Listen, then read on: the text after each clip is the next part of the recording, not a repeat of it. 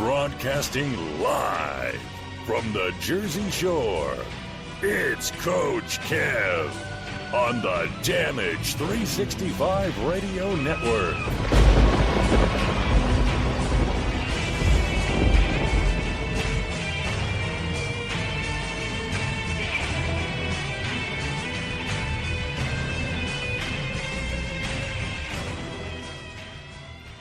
How's it going, everybody? And welcome back, finally, to another episode of the Indie Super Show here on the Damage 365 Radio Network. I'm Coach Kev. I am leading you the way today on episode number 1 of season number 8. And I'm sure, like myself and everybody else, we are somehow, some way affected by this quarantine. And, as not only wrestling fans or, sports fans or anything, regarding a fan of something, this is where everybody's got to come together and kind of entertain each other, whether social media, phone calls, a lot of the Zoom calls and meetings and Skype chats and all those ways of getting in touch with friends and loved ones has been rediscovered. And it's been a good thing. It's been fun. It's been entertaining. Watching all the wrestling promoters doing their live shows, doing their sales, and reminding the general public that once again that they have the face for radio. Anyway, we'll be joined momentarily by the current reigning and defending NWA World Women's Champion, Thunder Rosa. So very excited to get that kicked off. One of our favorite and all-time friends here at the Damage 365 Radio Network, and of course the Nasta household. So sit back, relax, give us some of your time as we broadcast for the first time in 2020, and we'll take a quick commercial break. Here, a word from our sponsors that we please ask that you help support, whether it's through eBay, whether it's through Facebook Marketplace, or through their Facebook page. Stores like the Funkenstein, a wrestling superstore that, despite not being open in the Englishtown Flea Market, they are still running their business via eBay and Facebook. The Broad Street Diner here in Keyport doing curbside. We have the Fast Copy Print Shop that's limited hours, but they're still doing orders for local businesses. And, of course, Esposito's Pizza and Pasta of Matawan and Manasquan, New Jersey, also doing delivery and curbside. So take a listen to our sponsors and show your support for those in the Jersey Shore and Central Jersey area. We'll be back in a couple of minutes. The following announcement has been paid for by the New World Order. This is Thunder Rosa, and you're listening to Damage 365 Radio.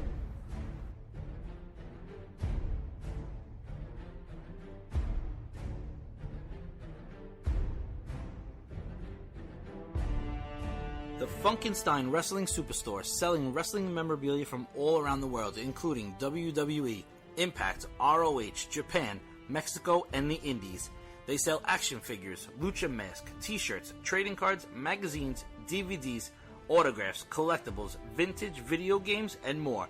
Stop in and get tickets for local independent wrestling such as UWA Elite, CZW, and Synergy Wrestling. Located indoors at the world-famous Englishtown Flea Market, Blue Building, booth 45 through 48 at 90 Wilson Avenue in Manalapan Township, New Jersey. Open every Saturday and Sunday from 8 a.m. till 3 p.m. all year round. Visit them on Facebook at facebook.com/FunkensteinINC. New Jersey's largest wrestling store is the Funkenstein Wrestling Superstore. Tell them Damage 365 sent you.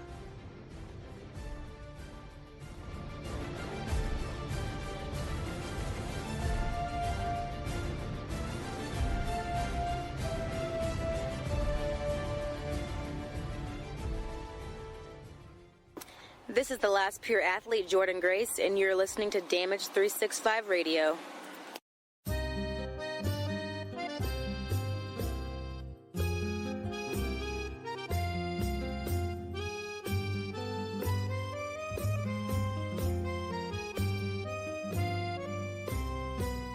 Esposito's Pizza and Pasta. Check us out at one of our fine locations, 930 Route 34 in Matawan, New Jersey, or 233 East Main Street in Manasquan, New Jersey. From pizzas and salads to pasta and buffalo wings, we have something to suit every member of your family. Whether you're seeking to take out, delivery, or you just want to dine in, let us do the dishes, as we would be more than happy to take care of your next meal. Our courteous and friendly restaurant staff is here to meet and exceed all of your expectations. We promise an enjoyable experience at every time we serve you. Try our award-winning Sesame Crust Pizza, a recent winner at the Las Vegas Pizza Open. Visit us online at sesamepizza.com for store hours, menus, phone numbers to one of our great locations. Esposito's Pizza and Pasta. So close to eating at Mom's, but without all the yelling. Hey guys, it's Tennille Dashwood, and you're listening to the Indie Super Show on the Damage 365 Radio Network. Look at this photograph. Every time I do, it makes me laugh. How did our eyes get so red? And what the hell is on Joey's head? Hey, wrestling promoters and booking agents, you know where you can get inexpensive prints of your hired talent? Right here at Fast Copy Printing Center, located in the Pearl of the Bay Shore. That's right. Whether you need 8x10s, 11x17s, posters, long format, or even weatherproof signs, we can do it all. We also can create promotional items for your business, such as pens, business cards, drink koozies, banners, or just a coffee mug. Stop on down to Fast Copy Print Center, 81 Broad Street in Keyport, New Jersey, or just call at 732-739-4646. No job is too big and satisfaction is guaranteed. Tell them Damage 365 sent you.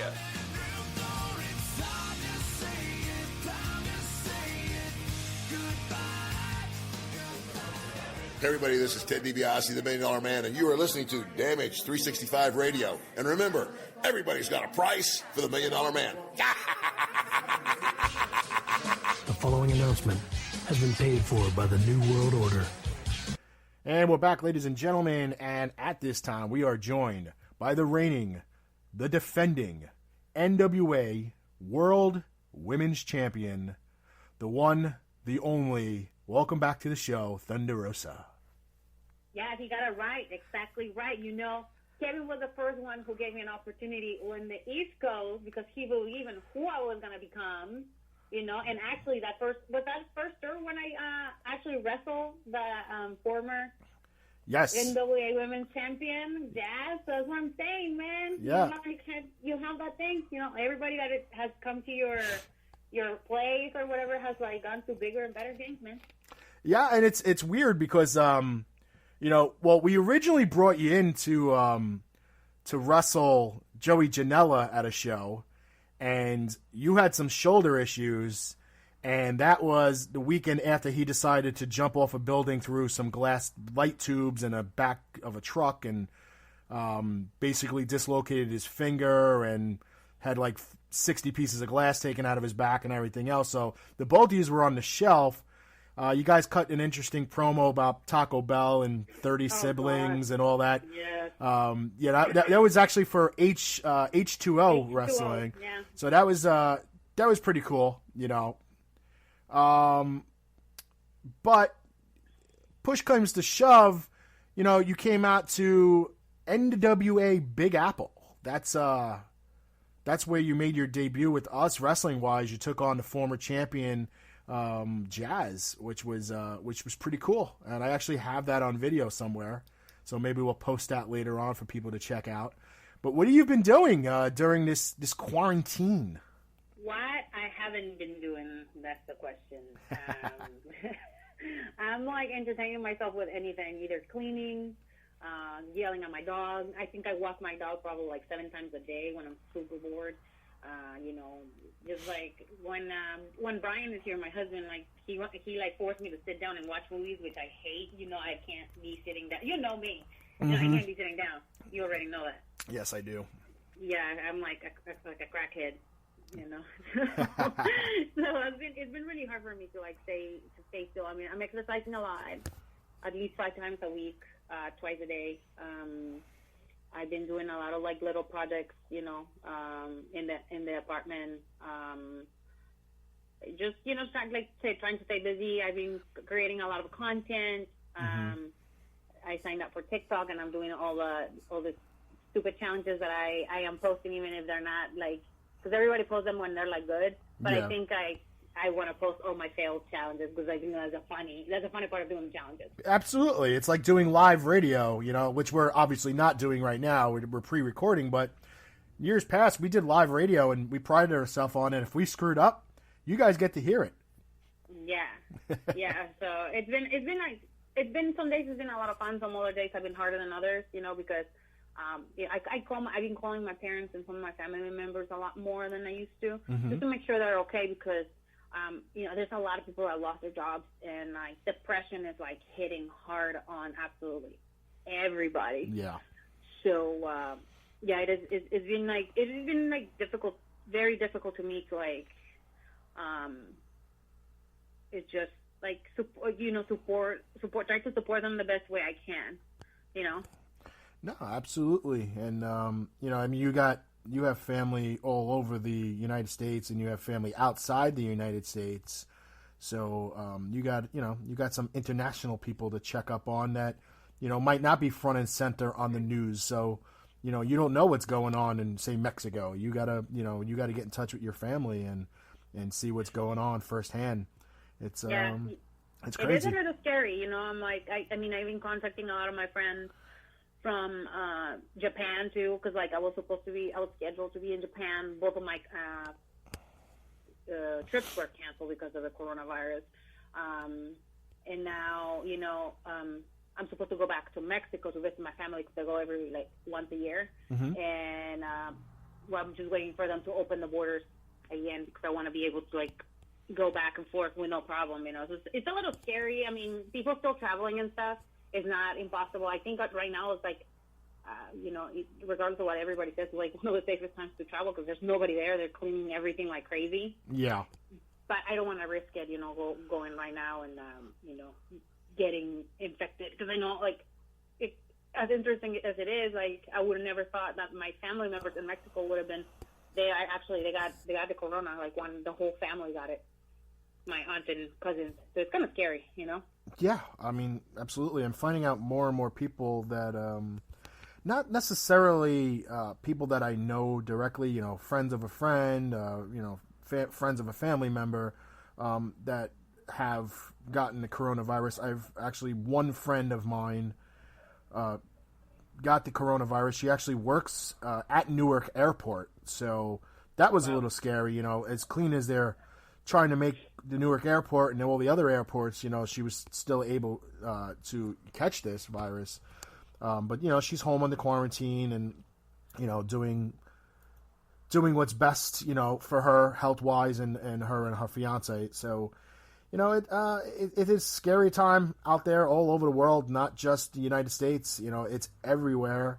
And, different countries you're seeing on the news of doing different things to try to prevent it and try to, kill the curve and stop it from spreading, doing what's best, for her health-wise and her fiance. So, it is scary time out there all over the world, not just the United States. It's everywhere.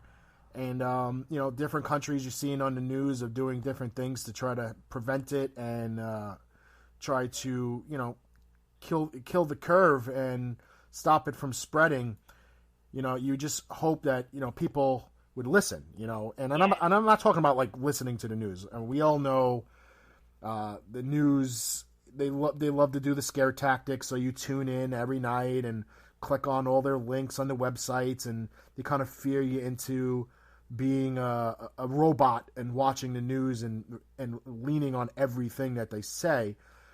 But it's not fake. Everybody knows this is real. It's affected someone that or someone that who knows somebody, via a very small network. But at the same time, people need to listen. When your governor comes out and says, the parks are closed, I drive down the road and, there's a mother and a father with 6 of their kids playing on the swings. It's like, what part of the park is closed, or the yellow do not cross caution lines are you not getting? I just don't understand these people. Do they have this philosophy that, it won't affect me, it's fake, I just don't get it. I mean, do you see that in your area? I'm sure you had to leave the house once in a while to go grocery shopping or something. Like, do you see people just not listening? I mean, I see a lot of people at the park, but they're not playing on the swings. Like, they have their kids either the whole family's together, like they're walking, running, or on the bicycle. Like, they're all in like the small little groups. I personally haven't seen big groups of people gathering. Every time I go running like outside of the park, right? Because I don't want to. Yeah. I don't want to get infected or anything like that. But I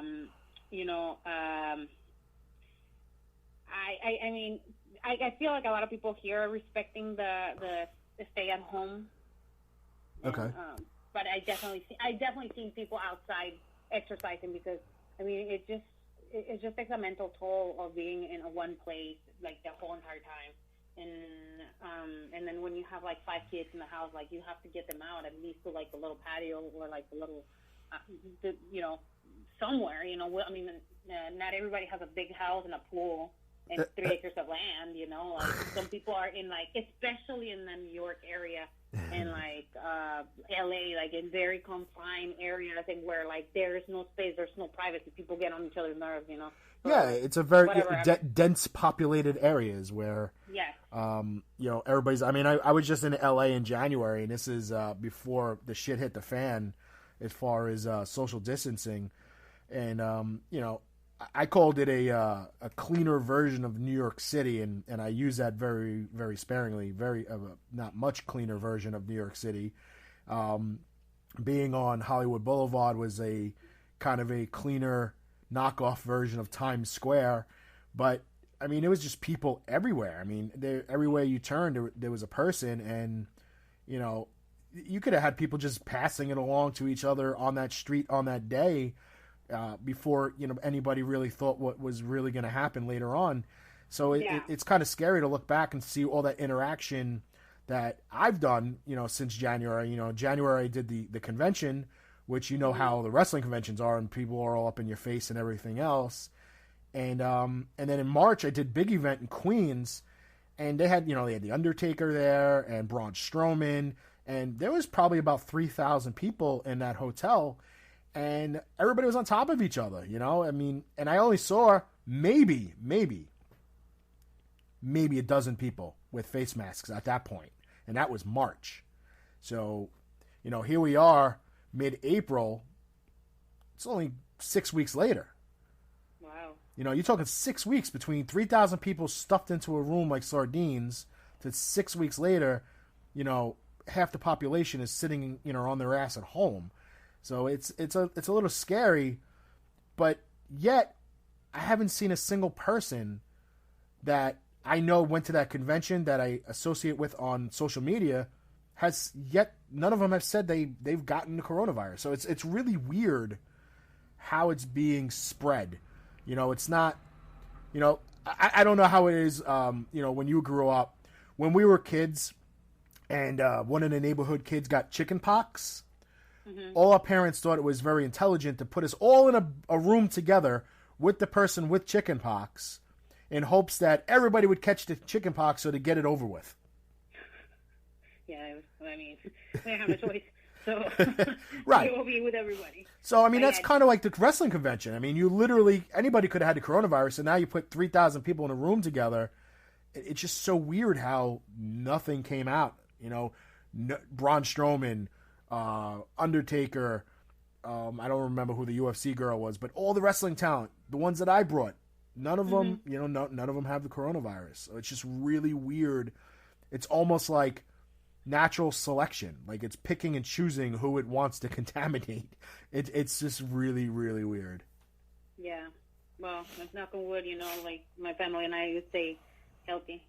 So. Yeah, I've been blessed with an increasingly powerful immune system over my life. Even my wife turned around, she's like, Jesus, I don't ever remember you being sick. And we've been together almost 11 years, and I never get sick. You know, I've never missed a day of school from first grade to I graduated high school. I never missed a day of school. I got chicken pox in the freaking summer, you know. So, you know, I was off from school, so I got to enjoy my my summer vacation taking Aveeno oatmeal baths from the chicken pox. But I never missed a day of school. You know, I don't know if it's because I'm a type O positive blood type. I don't know if it's just genetics. I've been lucky, you know, every once in a while, you know, you get the sniffles and stuff like that. I have bad allergies, but I've never gotten the flu, and I've never had the flu shot. I've never gotten anything, you know, so, you know, knock on wood. I'm glad I didn't do that too loud. My dogs would have been freaking out. But yeah, it's just really weird. So, you know, you got other people out there with really bad immune systems, and they're very high risk. So those are the people that, you know, I would feel are smart enough to stay in the house and, you know, try to avoid interaction. And, you know, and then you got the introverts. They're loving this right now because, like, they hate people to begin with. So they're like, yes, this is the greatest ever. I'm not only do I not have to, you know, deal with people, I'm not forced to deal with people. So worked out really good. So let's skip topics. Let's jump on wrestling. I mean, it's a subject that is become a little iffy in the last couple of weeks, especially with the announcement that Florida has considered WWE an essential business and are now allowing them to run at the developmental center, which I want to hear your opinion on that. Do you feel that, regardless if it's WWE or not, is wrestling an essential business where they should be running at this time of juncture of what's going on? I mean, I don't see live shows from NBC, ABC, all these shows playing on TV right now with you know, people. I mean, they have 2 or 3 people there, and like the correspondents, a lot of them work from home. Yeah. You know, and just the people are like giving the news. I mean, it must be really nice to be that powerful that you can be so influential. Yeah, yeah. I mean, it's good to know people in high places. You know, of course, you got the people out there saying that, you know, Donald Trump being the WWE Hall of Famer and the President of the United States, and that's how they got their connection and blah, blah, blah, blah. They also forget that, you know, Linda McMahon works in government. She was also the head of small business for Donald Trump during his first couple of years as president. You know, it's not just Donald Trump. I'm sure Vince McMahon didn't call Donald Trump and say, hey, you know, let's make this happen. There's other people that made it happen. You know, it could have been just a phone call to the governor or the mayor of Tampa. I mean, or wherever they're running. You know, it's a little scary because, you know, a lot of my people that I work with before, people that I care for, they're still working right now. Hold on.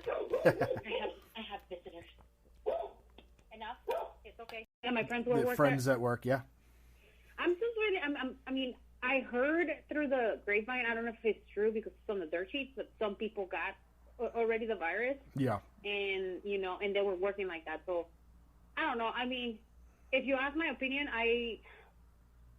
our bosses in the NWA, right after this happened, they had a big discussion and then decided not to have any shows until it was safe for all of us as a team to have it because they care for our families. I mean, Billy, he works, he is a musician. He is not going to be able to tour and do anything like that. And he has kids, so he cares for his kids. He understands that. Right. So it's like he put us over money, you know? And that, to me, that means that they care for us as human beings, not only as assets for the company. Which, you know, makes sense. You know, it's not like, you know, Mary has a little deli and she has to pay rent, so she's going to go take the chance and go to work and help customers because she's got to pay bills. You know, you're talking about a billionaire and Vince McMahon. I mean, this is something that, you know, it's not needed to be done. I mean, remember, like, even with that WrestleMania, like, we didn't know if WrestleMania was going to happen, because they were, like, super close to, like, let it happen. They were, like, beating around the bushes, you know? And, yeah, it was very unfortunate that it didn't happen because so many people lost so much money. But everybody has lost so much money at this point, you know? Yeah. But, again, business is business. Again, business doesn't care about the people. Business cares about the money and how much you can make, you know? And Vince has a business to run. And he continues to run, and the people continue to watch it. So. Yeah, I mean, look, I mean, you want to say, some people say, look, you know, everybody's home, everybody's frustrated, everybody's sad or depressed or whatever. They need entertainment. You know, I agree with that. But in this day and age of technology, entertainment is literally a click away from anything you want to watch at any point. You know, whether it's YouTube or owning a Fire Stick or Hulu or any of those streaming services or just cable. I mean, you literally can download something, you can turn on something, you can click on something at any point and watch whatever you want, whenever you want, for as long as you want. And wrestling, live wrestling and current day wrestling, to me, is not essential. Yes, you know, look, I'm running a wrestling podcast, so wrestling is very important to us, but living and my friends and my family living are important. And I've worked with numerous people that are on WWE rosters, and I worked with many people who are at NXT. I've worked with many people who are in the NWA and Impact Wrestling and so on. And their safety is more important to me sitting there watching them wrestle in a ring. It just, to me, it's just not that important to put human life over profit. No, and it's not. And I might, you know, I don't know, man. It's just, like I said, business is business, and they decided to do their business like that. Yeah, I mean, it's their business, it's their decision. They will have to answer for anything that happens if something, you know, God forbid, does happen. But to me, it's so risky, you know. I mean, and for what? You know, wrestling fans are the most finicky pains in the asses anyway. So it really doesn't matter, I think, if they run or not, because fans are going to shit on them if they do run. They're still going to watch, and then they're going to complain about what they're watching. And then if they don't run, they're going to bitch and whine that they're not running. So it's just, you know, the internet wrestling community cannot be satisfied any which way possible. And whenever you feel that they are being satisfied, they make a left turn and just complain about something new. So it really, you know, to do it, you can't say that it's being done for entertainment value. It's 100% being done because Vince doesn't want to lose money. And again, everybody's trying to work in the big company, man. It's everybody, I mean, I'm saying not everybody's dream, but, you know, it's, you know, it's just like, a lot of people complain about Amazon and how, you know, they treat their customers. I mean, not the customers, their employees. And I mean, I can tell you from my personal experience, you know, my husband used to work in Amazon, and it's Amazon, you know, but I still order from Amazon, you know. So it's like an economy. Like, we don't like it, but we still, you know, doing it, you know. Sometimes we don't really have a choice. I mean, it just, Amazon has something you need in a day or so. You don't have a choice. You could go to eBay. It takes a month. Not no, you know, right now they're taking a little while, like, even with the price because of the situation, you know. So, but yeah, again, we can't be going out either to, like, let me just go to Walmart and get this thing. Oh, let me just go to Walmart. Like, lately I've been ordering everything online, which I never do. Yeah. Unless it's necessary. You know? See, my Walmarts won't even let you do in-store pickup anymore. Like, you either go to the store or you order it strictly online and have it delivered. You know, you used to be able to just order, you know, go online, click on it, pay for it, and then arrange for store pickup the next day. And they're not even doing that. So it's, look, it's an inconvenience for everybody. You know, it's not just one genre or person. You know, it's everybody. is dealing with the same stuff. But, everybody just has to, put a positive cap on and say, look, going forward, it's going to get better. We all hope that the worst was already here and we're on the other side of the hill, working our way up to the better part of life. And, you got people discussing that they want to do, start talking about opening certain things and getting life back to normal. I think there was even an article out there that said that Disney might reopen on a limited capacity. I don't know how that would happen. That's what I'm saying. It's like we are so like we all are. Like that includes all of us. It includes me. Like I'm eager to go back and do whatever I was doing. I'm eager for my family to go back and get their jobs back.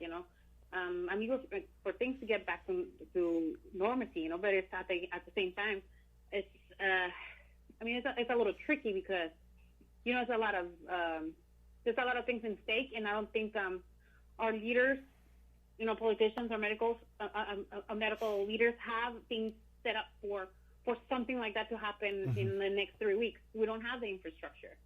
They've showed it over and over again. Like they don't have enough tests for everybody. Accessibility is not there for everybody, especially for people of color and underrepresented. Yeah. It's obvious. So, there's so much. I think this has become so political now.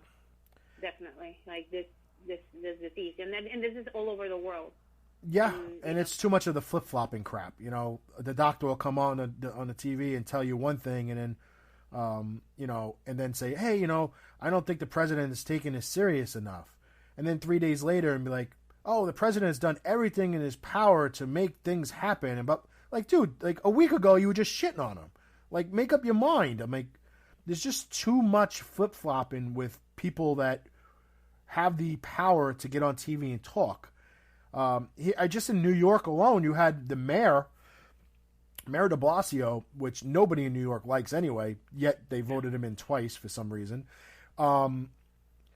He said schools are closed. Schools are done. The rest of the year is over with. And then the governor, Cuomo, comes on and says, no. That's just his opinion. That wasn't my final decision. So now you had the mayor and the governor of New York fighting with each other privately and then publicly. How does that, make the general public of New York State and New York City feel at ease when their two leaders can't even hold a conversation prior to an interview and get on the same page and let the people of New York know what's going on? Yeah, I don't get it. I've seen a lot of that. I stopped watching a lot of the news. I limited myself to watch it once a week because it became so overwhelming, and I haven't experienced anxiety in a long time, and I think that caused me so much anxiety because there's so much fear. There's so much stuff that they pumping constantly all day, and it's like, oh my God, stop. People already have so much going on, the fact that a lot of people are going to be losing their houses, their apartments, everything because of this invisible threat that we have, and it's just and you add more fear to that.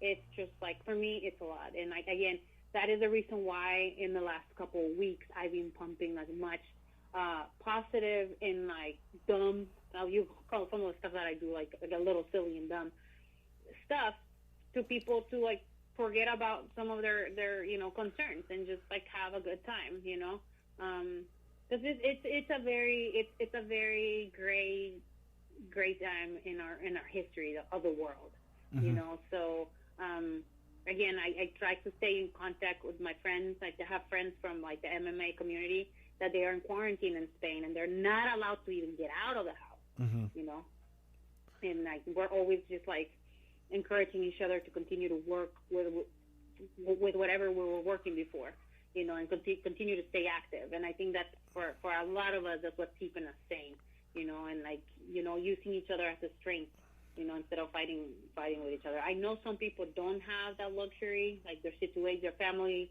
situation's a little bit more difficult. A lot of people are alone. So this is a time where we need to reach out. There's the rate of suicide is a little higher because of this situation, Yeah, of course. I mean, you have people who are battling depression on a regular basis. You know, this is not easy on them, especially if they start getting into financial problems because they're not working. And you know, people are like, oh, you know, a lot of people have suspended rent and have, you know, car payments have been suspended, mortgage payments, but they're not being suspended.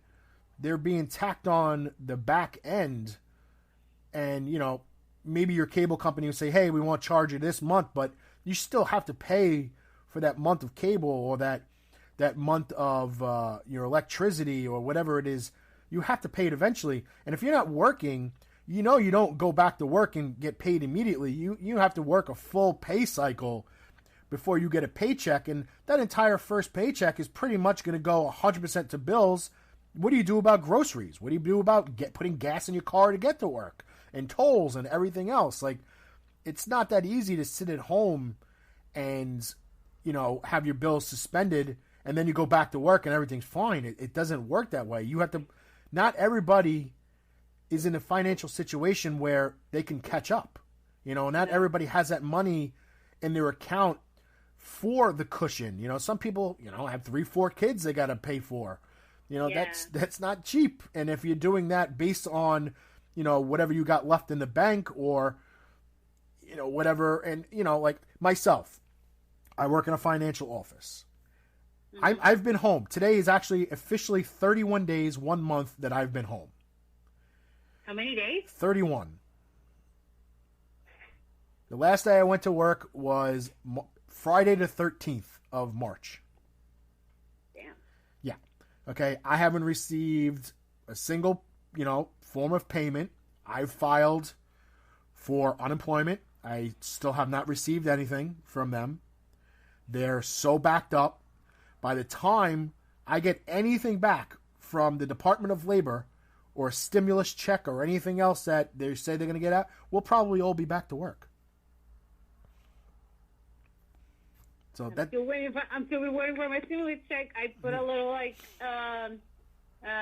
what do you call it? They need to send me a text message. Oh. I'd be like checking my account.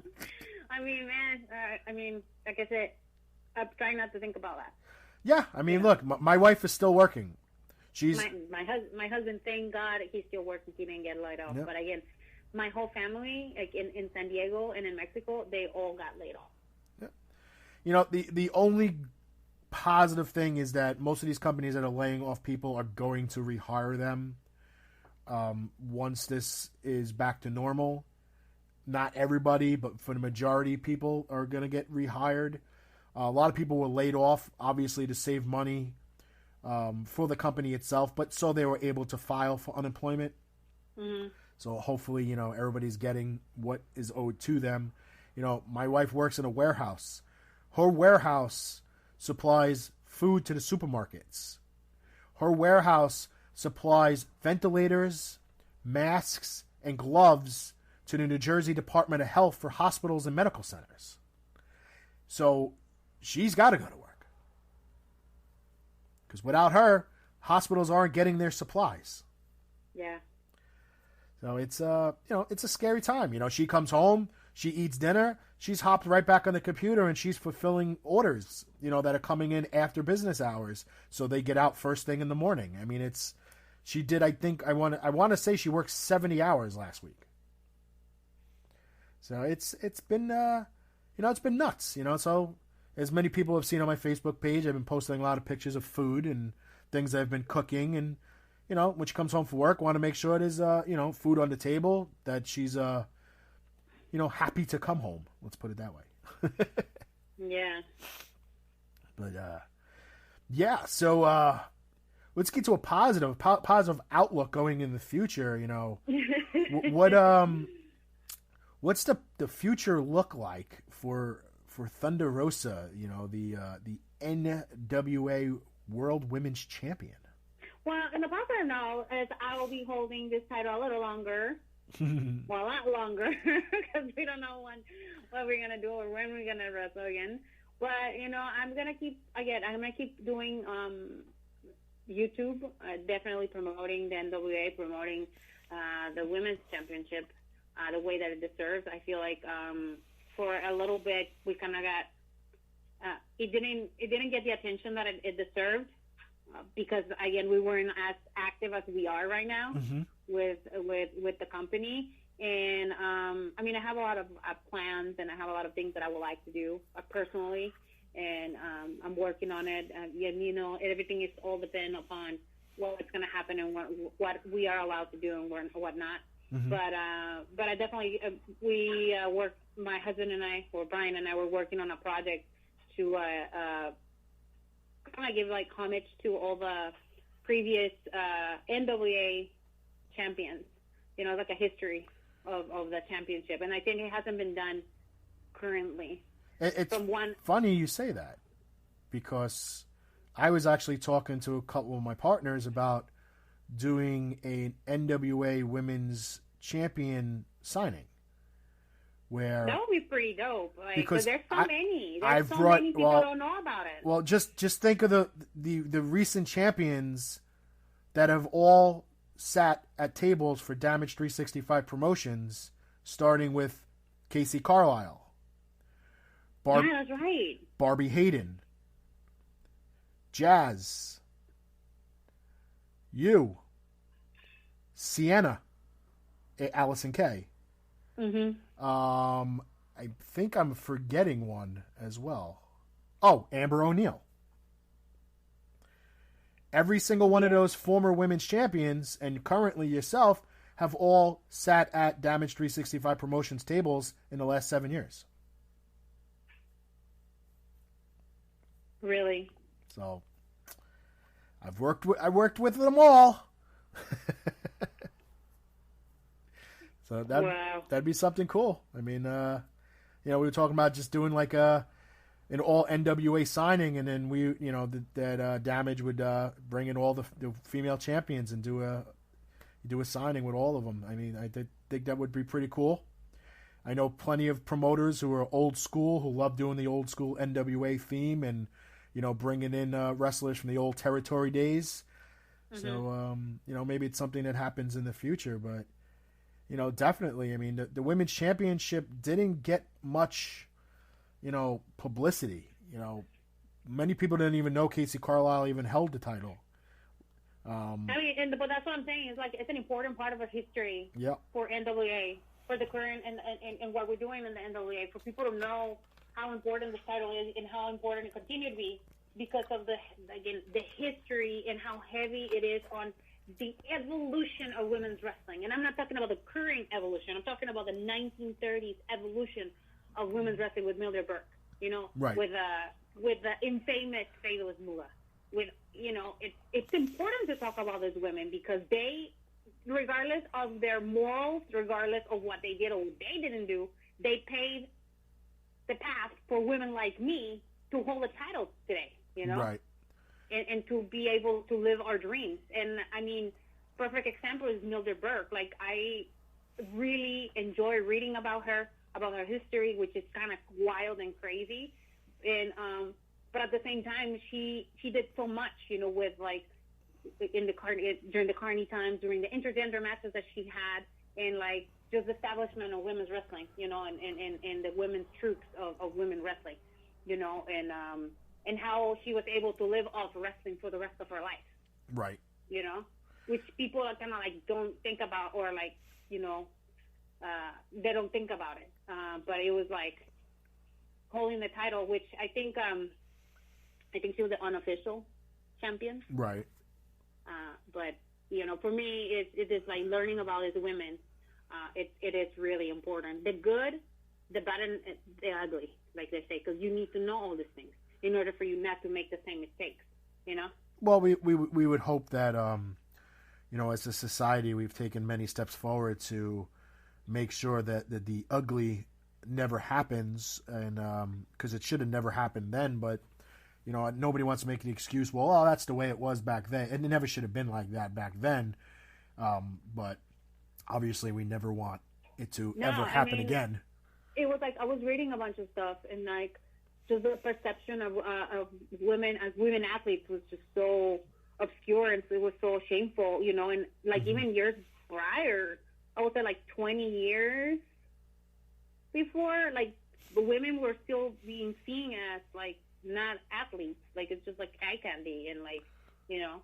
Yeah, I mean, look, I mean, the 90s female wrestling was no better. I mean, it was stuck in an era where, you know, bra and panties matches and wrestling in Jello, and it wasn't wrestling. It was But that's what I'm saying. It was like terrible era. I was reading some stuff from the 1930s that apply in 1990 and 2000s. You know. Yeah. So it's insane. Like just the fact that women have to go through this, and we still continue to go through this because we don't get paid the same as the guys do. Right. You know, I feel like we still don't get as many spots as the guys do, and women wrestling is continuing to grow. Like there's a lot more athletes coming out of the independent scene, but I don't feel we still don't have the spots that we deserve at this point in 2020. Okay. But one thing I will have to say, you know, I've obviously majority of the people I've worked with, whether it's, you know, wrestling sign-ins or whatnot, have been female. So I have to say, you know, the majority of the fan base is guys. You know, this is a male-driven business, and most of the fan base is men. And the one thing women can do so much better than the guys is market themselves. You know, I've watched Holodead sit at a table and whip out 70-pound suitcases full of merchandise and go home with like 5 pounds worth of stuff. I mean, you know, it's insane. And even when people didn't know us, like we will be whipping out our like the old school like, you know, card. Hey, man, follow me on Twitter. Hey, man, do this. Hey, we're not afraid of doing that. I mean, it's like I said, we know when we sign up for this, we know what we're signing up for. Right. You know. And the old statement that sex sells, and we're not talking about sex as in action. We're talking about as in the way you guys conduct yourselves. You know, beautiful, gear looking on point, and that's what attracts not only men but the younger fan base, the little boys, the little girls, the colorful characters. They love it, and they run to the table to buy that T-shirt, to buy that poster, to take pictures, to give hugs. You know, whatever that is, you know, it's not the action. You know, this isn't the days of you know, I got to sleep with the promoter to make money.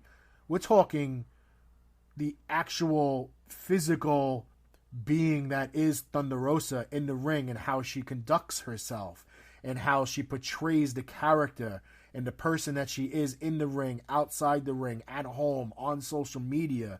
That's what attracts the current wrestling fan base, and that's a positive thing, and that's what we want to push for female wrestling, that they get positive feedback and they get positive results from that feedback. Oh yeah, absolutely. And again,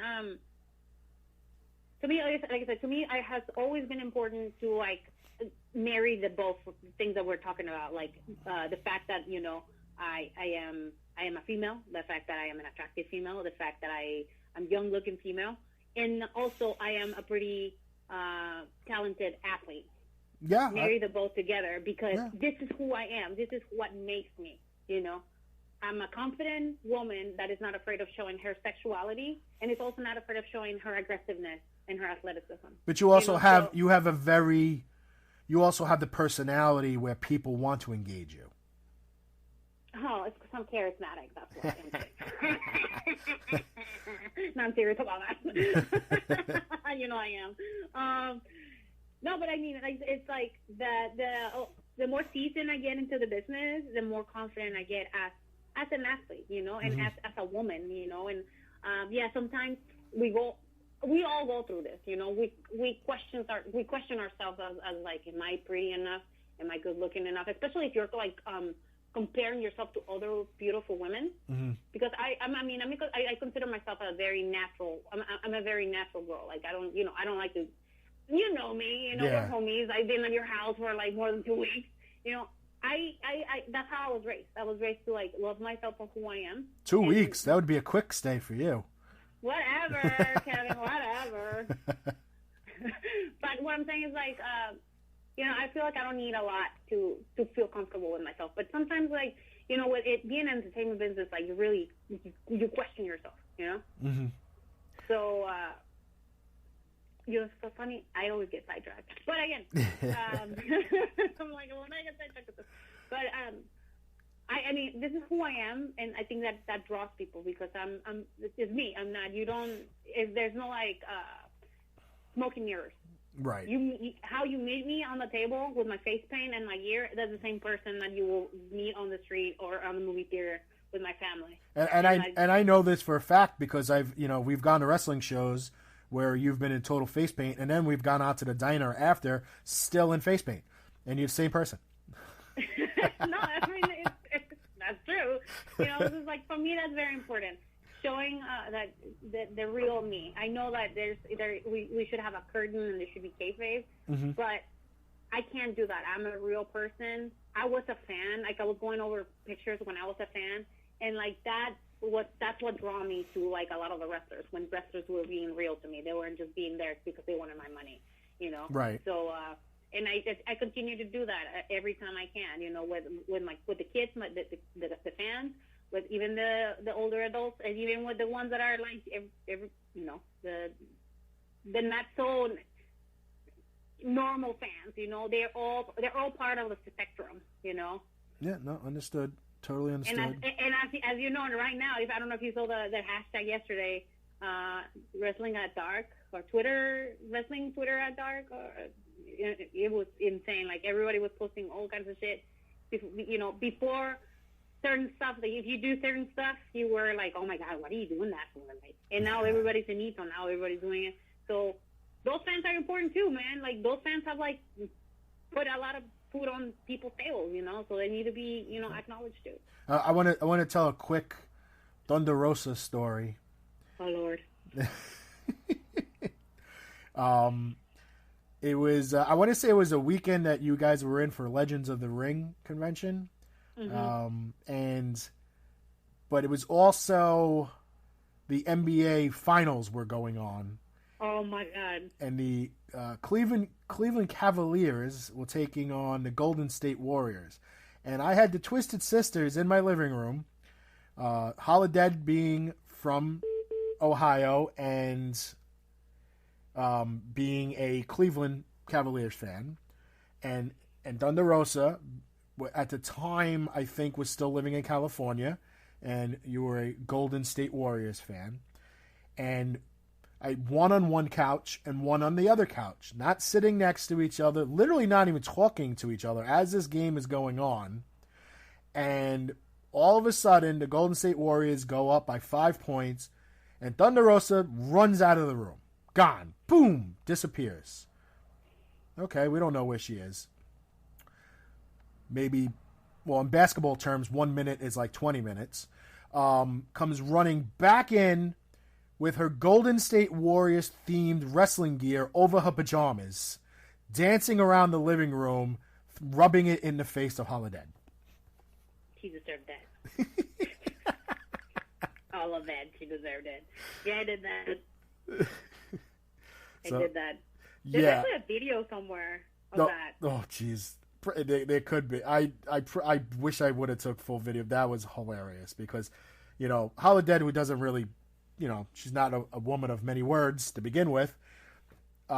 She had a couple that probably weren't made for TV, but she, she wasn't happy about that. No, she wasn't. But that was really funny. And then you disappeared, came back in your pajamas, and it was like nothing ever happened. Change the channel. I know.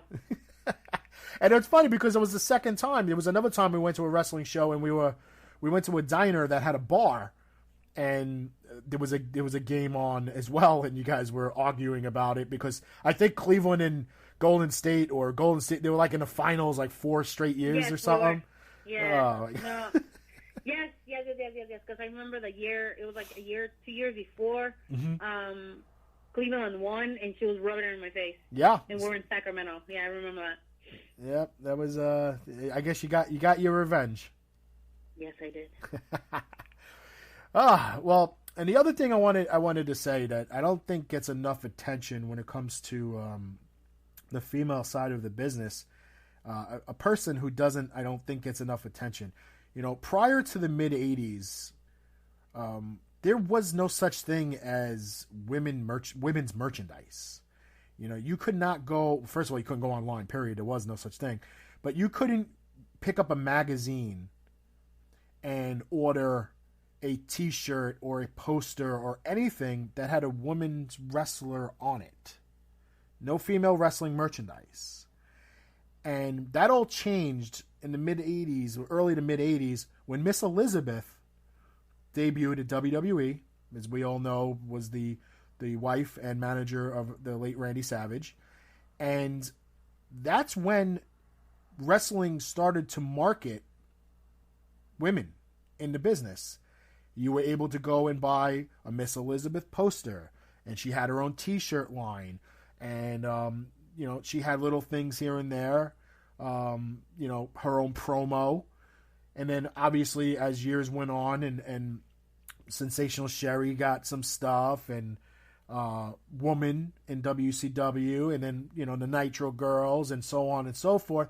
We had more and more merchandise that was available for women. And I don't think Miss Elizabeth gets her due, where she paved the road for women to get merchandise that present day, you set up a table at a show, you know, and you sell tons and tons of merchandise. And, you know, that's not possible, you know, without Miss Elizabeth, you know, whether it was her decision or not, which it probably wasn't, but she was the one that basically broke the ice for merchandise for women.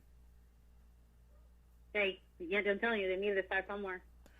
Yeah, I mean, and she was very popular with Macho Man, you know. So yeah, I mean, yeah, obviously, I mean, you know, Randy Savage was, you know, this bigger than life persona, you know, and she was like the complete polar opposite of his personality. So it went well, but I mean, she moved on to, you know, when they had the thing with her and Hogan, and then there was the storyline with her and Flair. You know, and then Savage went to WCW, and he lobbied to bring her to and they were divorced at the time with the fake wedding and everything else, but then they went to WCW. She lobbied to have her brought in, while she was actually currently dating Lex Luger at the time, you know, but she got, you know, she went to WCW, they merchandised her with the NWO and other things, and, you know, it's, you know, it just wasn't, you know, the beautiful country girl and the ball gowns walking to the ring. You know, her persona and personality and gimmick changed over the years. You know, she even got in the ring and wrestled once or twice, and, you know, that was probably a mistake. But, you know, that's the day and age of wrestling when you know, they were taking Nitro Girls and trying to make them into wrestlers, and maybe wasn't the best of ideas, but, you know, at that time it worked, I guess. But you know, in WWE, they were doing really stupid things with women wrestling. You had a handful, and I mean a literally small handful of women who can compete in the ring and were very good at what they did. And then you had a large group of women who should have never been in a wrestling ring, ever. But that's the way they were used, not their fault. A lot of them are never going to get their due in the wrestling industry because they were looked at as a Barbie doll, or, you know, I'm sorry to use the term, but a piece of ass. Mm-hmm. And that's all they're going to be looked at. But that's what they were hired to be. And that's what wrestling was back then in the female category. And it's sad because they wasted, you know, Lita, Trish, they're Hall of Famers. But they were wasted. You know, a lot of their talent was wasted because a lot of their matches were garbage because they wrestled non-wrestlers. Mm-hmm. You know, I'm not talking about Lita versus Trish. I'm talking about individually. They didn't have much to wrestle in those days. You know, you had Victoria. Tori Wilson to a certain extent. You had Jazz. And then as soon as it started getting gimmicky and pillow fights and all that crap, Jazz was gone. You know, she was not that type of woman. She was there to kick ass, take names. And, you know, she's the first one to tell you that. You know, she'd rather go home and not do this than be made to look bad. Mm-hmm. That's So, true. you know, so, I mean, like I said, it's a small handful of female talent that were able to get in the ring and perform at a very high level. And then others were just brought in there to look good. And, you know, like I said, it was unfair to the ones that were really good because that's what they had to wrestle. And that's the hand they were dealt, and they had to deal with it. So, you know, when people say, you know, oh, Trish Stratus, she was overrated. Lita, she was overrated. You know, the storylines got her more attention than her actual in-ring ability. Her in-ring ability would have been a lot more exposed at a high level if she had higher level opponents. So Absolutely. So people have to look at it that way too. It's not only the person on the left side of the ring, it's the person on the right side of the ring. And there's only so much one person could do to make the other one look good. And that's what made people like Randy Savage and Bret Hart so good, because they can make others look really good. You know, Randy Savage made the Ultimate Warrior look like gold in WrestleMania during that retirement match. You know, The Rock versus Hogan at WrestleMania. The both of them carried each other. The Rock carried Hogan mostly, but, you know, one has to carry the other if they're not compatible. And sometimes, you know, there's only so much a person can do. You know, so people have to look at it like that and say, hey, you know what? Trish Stratus, Lita, they made their whole career making others look good in the ring that weren't even close to them level-wise wrestling. So other people need to be in the Hall of Fame. Like Victoria. She needs to be in the Hall of Fame. Jazz needs to be in the Hall of Fame. If you're going to induct people like Tori Wilson, who had a good career, but not mostly known for her wrestling ability, then how are you going to snub people with wrestling ability that had to wrestle during an era where wrestling was secondary? Hey, it's like I said, WWE is its own beast, man. Yeah. They do whatever they want because they are WWE.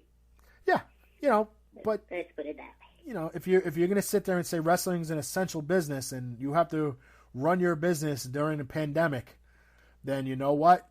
Then you have to take care of the people who put you on this map. You know, like Hulk Hogan.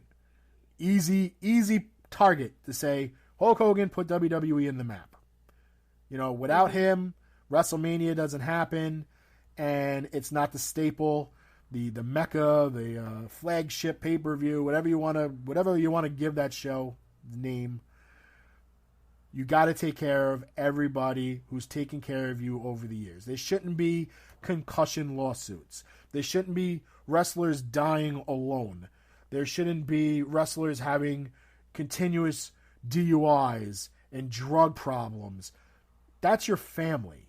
That's your extended family. Those are the people you need to take care of while the new breed of wrestlers are carrying the company. Because when that new breed is retired and ready to go, you got to take care of them as the next generation takes over. So it's very sad to see how WWE doesn't take care of their past. They don't acknowledge their history. They pick and choose, and they change history. And I'm not even talking about the Benoit situation. I'm talking about like going into pay-per-views. Going into pay-per-views and literally like changing music, changing storylines, cutting things out. Look, that's what put you on the map. That's what made you. If it was fine then, it should be fine now. So that's my beef with calling yourself an essential company. If you want to be an essential company, then you have to go all out and take care of everybody involved or has been involved with your company in the history of your company. because you have no future if it wasn't for that history. Preach. That's just my 5 cents. I upped it. We're inflation. No more 2 cents. It's now 5 cents. Lord, he is on fire, everybody. On fire. So yeah, we were talking about you in Japan. You were supposed to be there in March, if I remember correctly. I was supposed to be there in March, and I was supposed to be there in May, but God has other plans for me. Yeah. That is not going to Japan.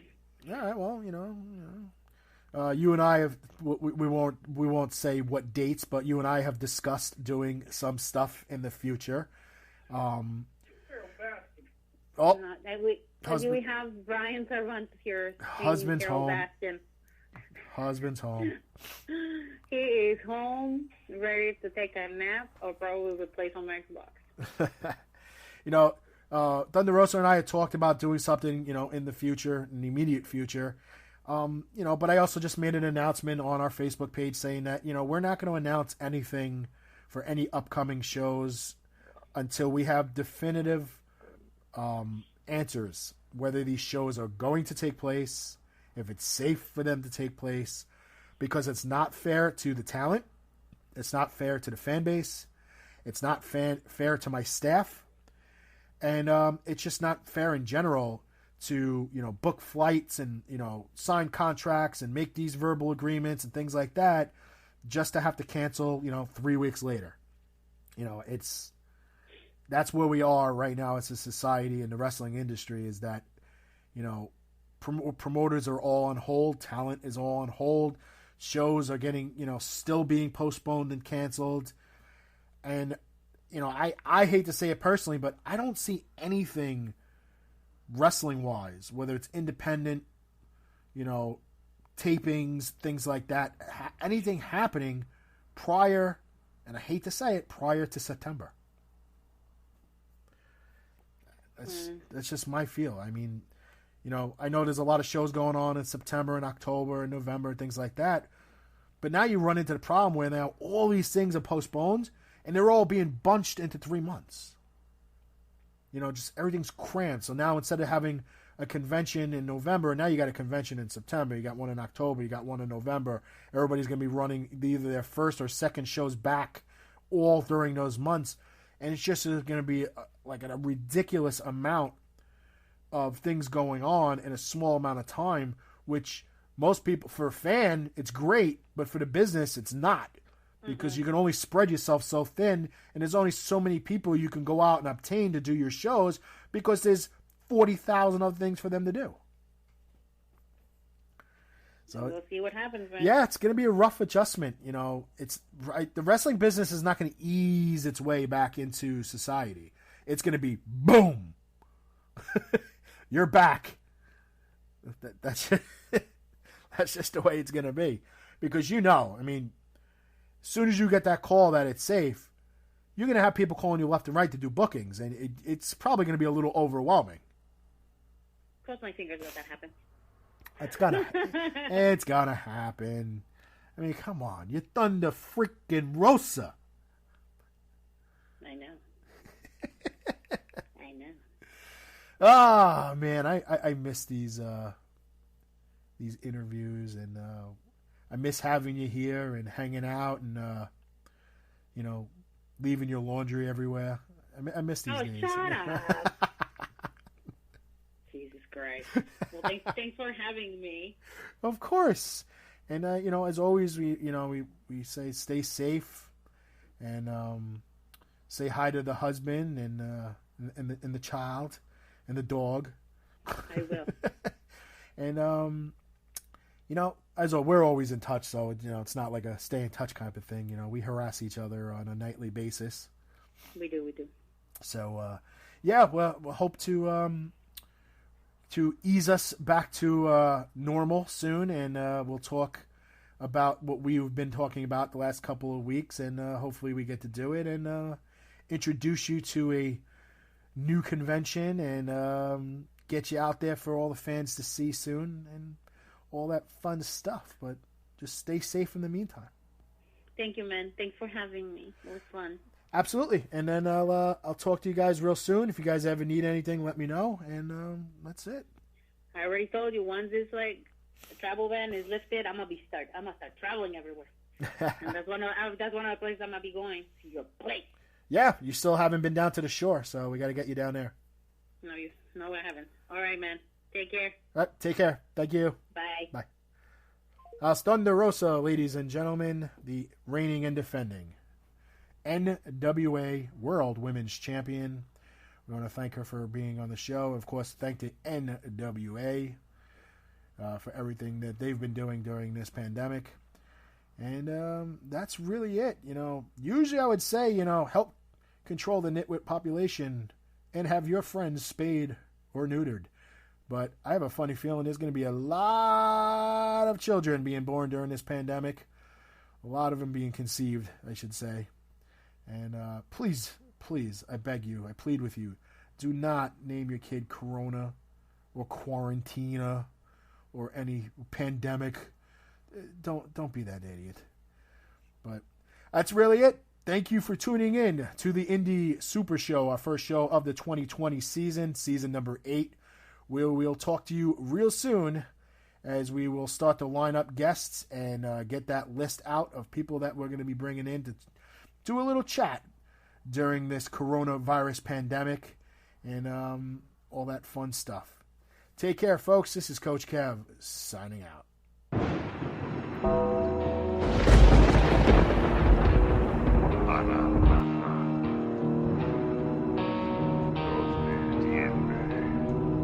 Accept the Lord of Darkness as your Savior.